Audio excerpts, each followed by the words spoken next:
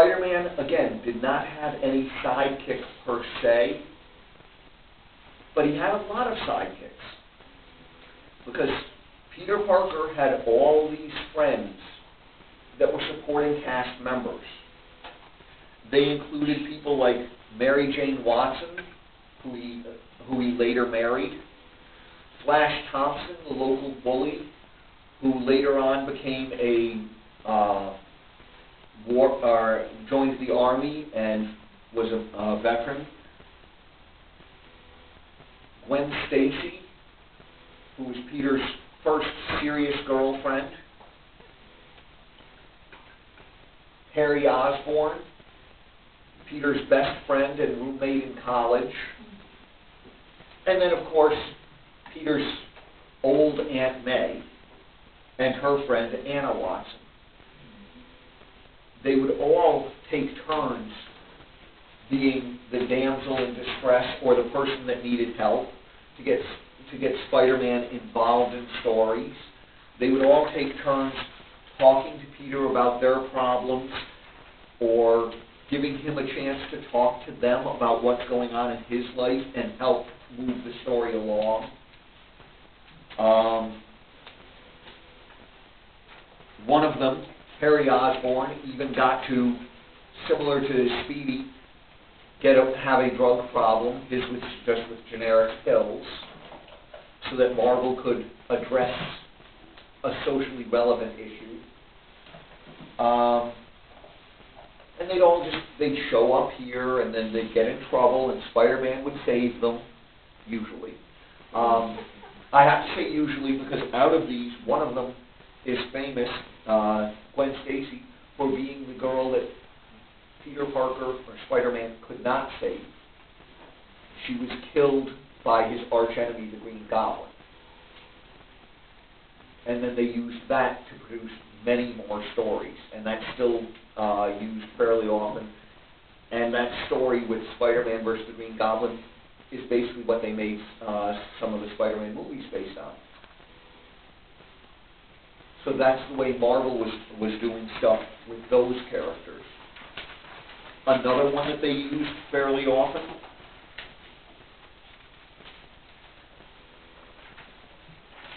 closer to a traditional sidekick, and the only traditional sidekick that really Marvel had in the 60s was a guy named Rick Jones.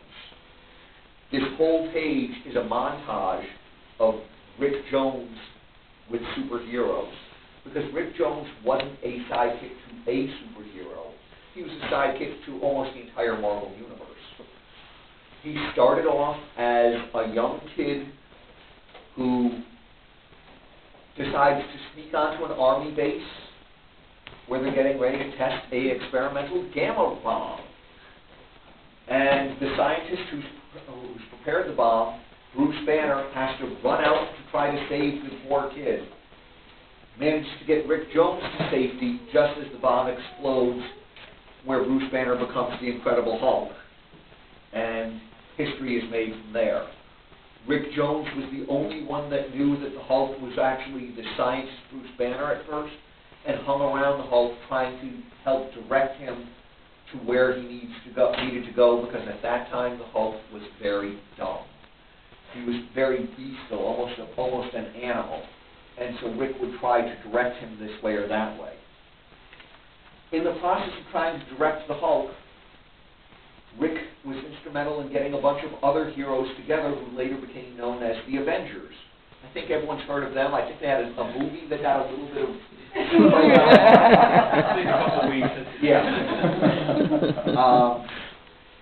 And so Rick helped form the Avengers by trying to get word out of a problem that got redirected so that Iron Man and Thor and Giant Man, who at the time was Ant-Man and the Wasp, also came in to help with Hulk.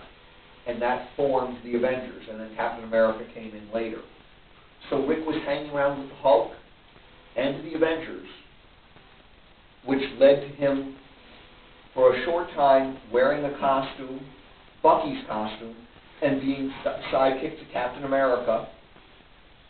but he quickly found that Captain America had problems with that because he remembered Bucky, his first sidekick, dying, and didn't want anything to happen to Rick, so he rejected Rick. At that point, what Rick did was go out on his own. He was a musician, trying to make it on his own, and ended up in an accident and getting the Negabands to change places with another superhero from Marvel, Captain Marvel. So that's why I said he was basically the sidekick to the entire Marvel universe. He was around for Hulk, he was around for Captain America, he was around with Captain Marvel, and he helped form the Avengers. He was the closest to a standard sidekick Marvel had.